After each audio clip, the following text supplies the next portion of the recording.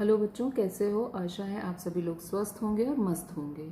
WhatsApp group में जो आरोग्य सेतु का लिंक आपसे शेयर किया गया था, आप सभी लोगों ने उस ऐप को डाउनलोड कर लिया है। बहुत अच्छा काम किया है। अब आगे ये करना है कि आपके फ़ोन में जितने भी कॉन्टैक्ट्स हैं, जितने भी नंबर हैं, उन सभी से आप सब भी इस लिंक को ज़्यादा से ज़्यादा शेयर करिए और अन्य लोगों से इस ऐप को डाउनलोड करने के लिए कहें, ताकि अन्य लोग भी इस ऐप का फ़ायदा उठा सके। अब इससे फ़ायदा ये होता है कि इस ऐप में हमसे सर्वे के द्वारा कई प्रश्न पूछे जाते हैं और एक अनुमान लगा लिया जाता है कि हम अभी कोरोना संक्रमण से दूर हैं कि नहीं हैं, और अगर संक्रमण हो गया है तो हमको आगे क्या करना है। और इसी तरह से अगर हम अभी हमारे अंदर संक्रमण नहीं है, लेकिन अगर हम किसी संक्रमित व्यक्ति के संपर्क में आ गए हैं तो भी ये हमको सचेत कर देता है। इसलिए इस ऐप का डाउनलोड होना सभी के मोबाइल में बहुत आवश्यक है। तो चलिए, इस ऐप के आरोग्य सेतु ऐप के बाद में हम बात करते हैं आज के अपने पढ़ाई लिखाई के सेशन की। तो आज का सेशन स्टार्ट करने से पहले एक छोटी सी गतिविधि करेंगे हम लोग।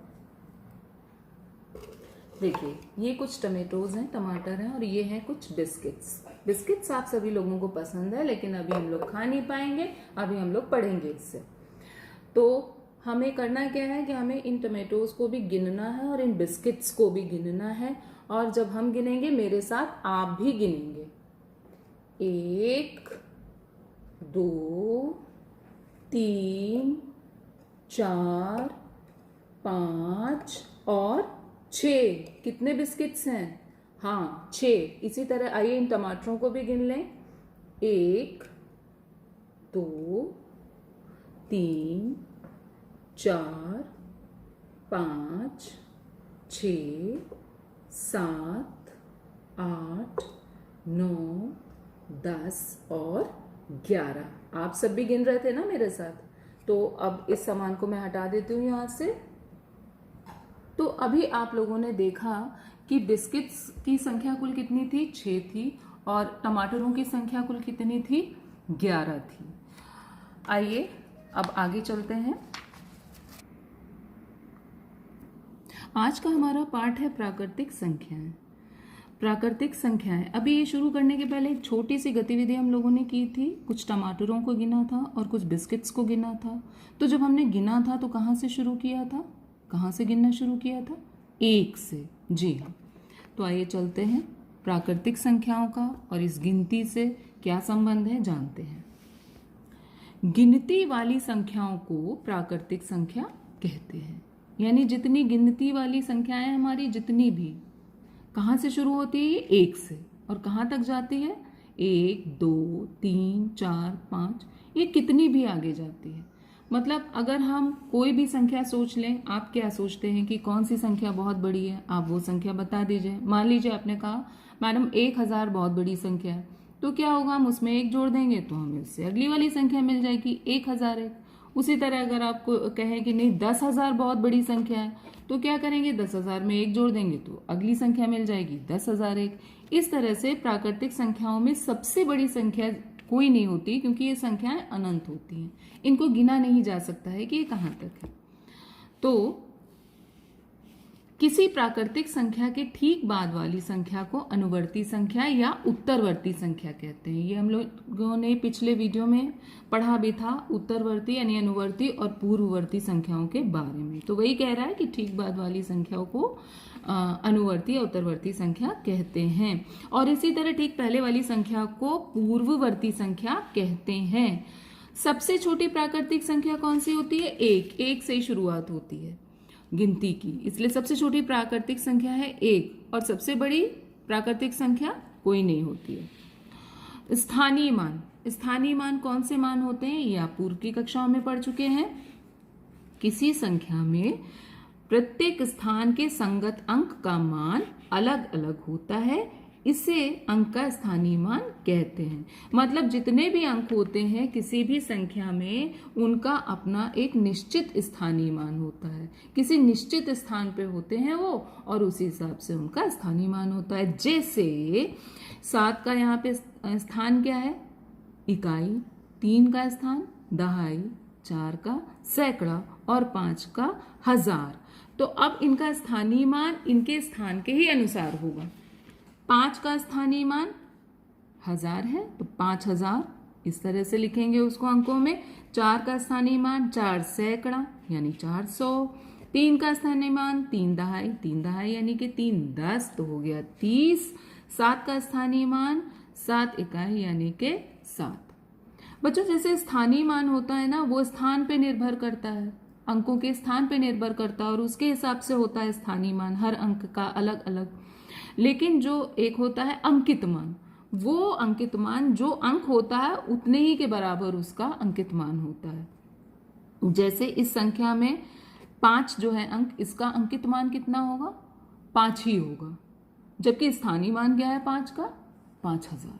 ठीक है, तो जो स्थानीय मान होता है वो इनके अंकों के स्थान पर निर्भर करता है, लेकिन जो अंकित मान होता है वो उस अंक का वही मान होता है। जैसे 4 का 4 है, 3 का अंकित मान 3 है और 7 का अंकित मान 7 है। अब आगे बढ़ते हैं संख्याओं का विस्तारित रूप।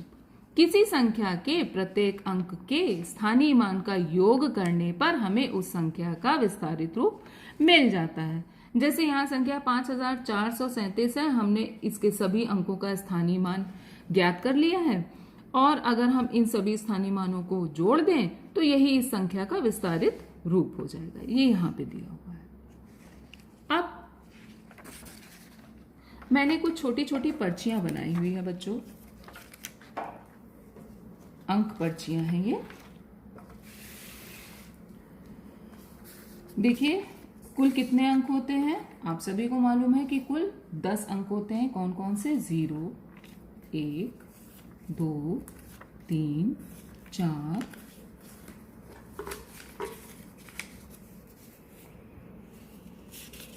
5, 6, 7, 8 और 9। ये 10 हमारे अंक होते हैं और कोई भी संख्या इन्हीं 10 अंकों से मिलकर बनती है। और ये अंक उस संख्या में दोहराए जा भी सकते हैं और नहीं भी दोहराए जा सकते हैं। जैसे मान लीजिए यहाँ पे हमको कोई कुछ अंक दे दिए गए यहाँ पे 1, 2, 8 और 9 और हमसे कहा जा रहा है कि इन अंकों से मिलने वाली एक संख्या बनाइए। तो इन अंकों से कैसी संख्या बनेगी? 1, 2, 8, 9 ये भी बन सकती है। अब यहाँ 9 इकाई है, 8 दहाई पे है, 2 सैकड़ा पे, 1 जो है 1000 पे है। लेकिन अगर हम इनका स्थानीय मान कुछ बदल दें ऐसा तो क्या होगा? अब 1 जो है वो दहाई पे आ गया और 8 कहाँ पे आ गया? 1000 पे आ गया। तो अब देख लीजिए संख्या भी बदल गई, अब ये हो गई 8219। तो इस प्रकार क्या होता है कि अंकों के स्थानीय मान बदल जाने से वो संख्या भी बदल जाती है। इसी तरह से अब इन अंकों से और भी संख्याएं बन सकती हैं। हम अलग अलग स्थानीय मान पे इन अंकों को रखें तो देखिए अब 2819 बन गई, इसको बदल दें तो अब ये हो गई 2891। इस तरह कई सारी संख्याएं इन 4 अंकों से मिलकर बन सकती हैं।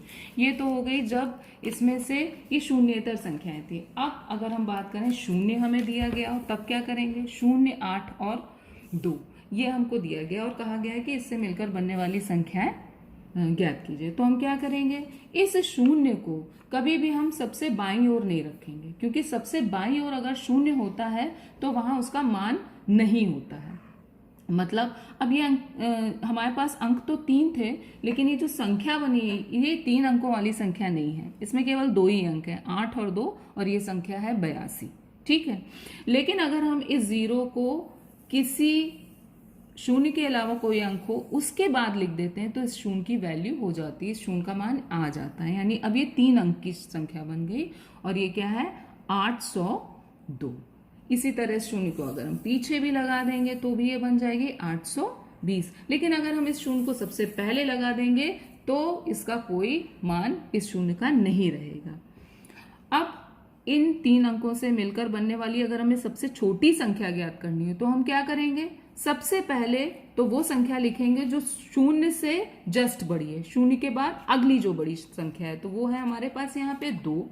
उसके बाद हम शून्य को लिखेंगे और उसके बाद मान लीजिए हमारे पास कोई और संख्या होती, मान लीजिए ये होती 3 और 6, तो इसके बाद अब 2 से बाद हमने 0 लिख दिया, 0 के बाद अगली बड़ी और कौन सी संख्या दी गई है, ये 3 दी गई है, और इसके बाद 6।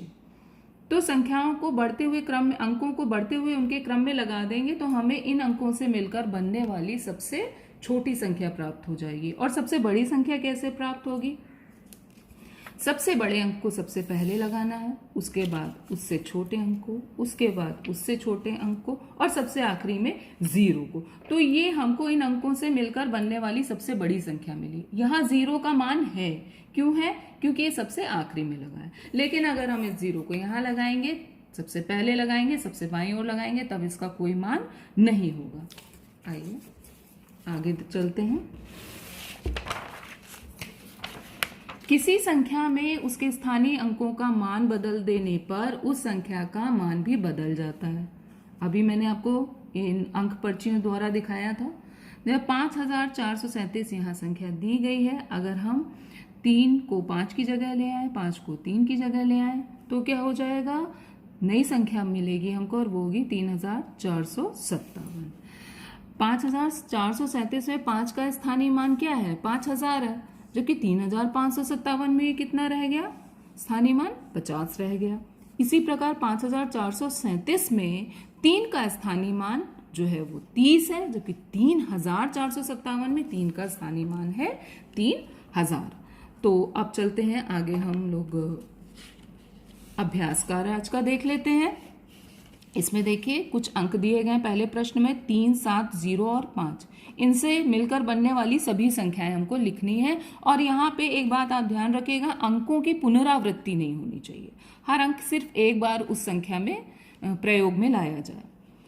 अगला है सवाल, 0, 5, 6, 4 और 2 से मिलकर बनने वाली सबसे छोटी संख्या और सबसे बड़ी संख्या आपको ज्ञात करनी। वो मैंने बताया, जब 0 हो तो सबसे छोटी और सबसे बड़ी संख्या कैसे ज्ञात करते हैं। दूसरे प्रश्न में आपको सबसे छोटी और सबसे बड़ी संख्या ज्ञात करनी है, जबकि पहले प्रश्न में इन अंकों से मिलकर बनने वाली सभी संख्याएं ज्ञात करनी है। अब इसके बाद कुछ रिक्त स्थान नीचे दिए गए हैं। इन रिक्त स्थानों में आपको सबसे छोटा और सबसे बड़ा ज्ञात करना है, मतलब और सबसे छोटा और सबसे बड़ा नहीं, छोटा और बड़ा ज्ञात करना, और ये ज्ञात करना है कि वो बराबर है कि छोटा है कि बड़ा है। तो अब देखिए किन्हीं संख्याओं की तुलना हम कैसे करते हैं। सबसे पहले तो हम उसके अंकों को गिन लेते हैं। आइए पहले वाले भाग में गिने अंक कितने, 1, 2, 3, 1, 2, 3। यहाँ तो दोनों बराबर है। क्या और है जहाँ पे, हाँ यहाँ देखिए, यहाँ पे कितने हैं, 1, 2, 3, 4, और यहाँ कितने हैं, 1, 2, 3। तो इसमें कम अंक है और इसमें ज़्यादा अंक है। तो सबसे पहला हमारा क्या स्टेप होता है किसी संख्या की तुलना करने का, किन्हीं संख्याओं की तुलना करने का, कि जिस संख्या में अंकों की संख्या अधिक होती है वो संख्या बड़ी होती है, और जिसमें कम होती है वो छोटी होती है। लेकिन हमारा पहला वाला भाग क्या है, इसमें तो दोनों में ही बराबर है। तब ऐसी स्थिति में क्या करते हैं, सबसे बाईं ओर वाला अंक देखते हैं। तो बाईं ओर वाला भी दोनों बराबर है, तो अब उसके अगले अंक पे चलते हैं। तो वो देखते हैं, यहाँ 3 है, यहाँ 4 है, तो जिसका अंक बड़ा होगा वही संख्या बड़ी होगी। यहाँ पे ये 4 का अंक बड़ा है, इसलिए ये वाली संख्या 243 जो है वो 234 से बड़ी होगी। इसी तरह आपको सारे ये प्रश्नों के उत्तर देने हैं, रिक्त स्थान भरना है। आखिरी में है निम्नलिखित संख्याओं का विस्तारित रूप लिखिए। ये 5 आपको संख्याएं दी गई हैं, और जैसे विस्तारित रूप बताया था कि स्थानीय मान जितने भी होंगे सभी अंकों के स्थानीय मान को जोड़ देंगे, हमको संख्या का विस्तारित रूप मिल जाएगा। तो आज का जो वीडियो था वो यहीं तक। अगले वीडियो में हम फिर मिलेंगे, तब तक के लिए बाय।